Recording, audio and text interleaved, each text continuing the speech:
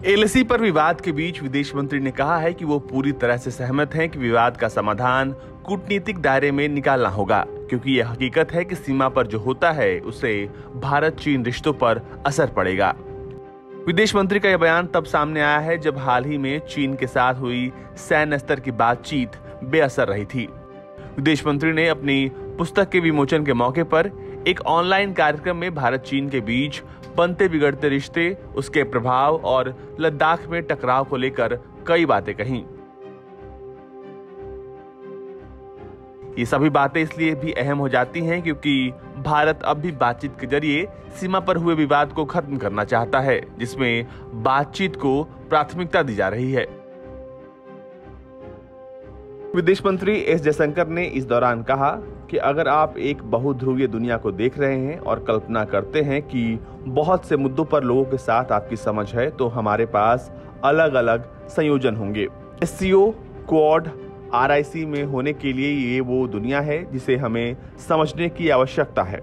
मुझे ये भी जानकारी है कि आपके पास वही स्थिति है जो हमारे पास पश्चिमी देशों के सीमा क्षेत्रों में है, क्योंकि हमारा लंबे समय से दृष्टिकोण रहा है। वहां हमारी स्थिति बहुत स्पष्ट है।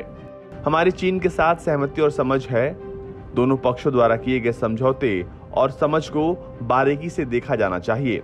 वास्तविकता ये है कि सीमा पर जो होता है वो संबंध को प्रभावित करेगा। आप इससे अलग नहीं कर सकते। मैंने कुछ दिनों पहले ही एक संदर्भ में ये बात कही थी और मैं ये कहना चाहूंगा कि मैं पूरी तरह से आश्वस्त हूँ कि स्थिति का समाधान कूटनीति के दायरे में ढूंढना होगा और मैं ये जिम्मेदारी के साथ कहता हूं। जयशंकर ने आगे कहा कि भारत चीन संबंध के लिए ये आसान समय नहीं है। विदेश मंत्री जयशंकर ने 15 जून को गलवान घाटी में हुई झड़प से पहले पुस्तक the India way strategies for an uncertain world लिखी थी। उन्होंने कहा कि भारत और चीन दो सभ्य देश हैं जो चौथी औद्योगिक क्रांति में प्रवेश करने जा रहे हैं।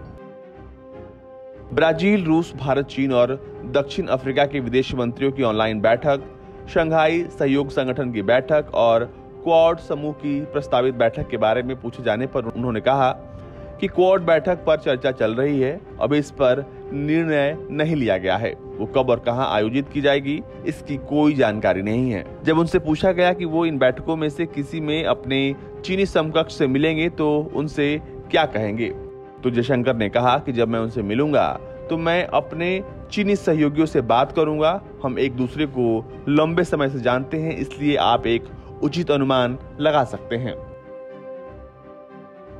ब्यूरो रिपोर्ट, भारत तक।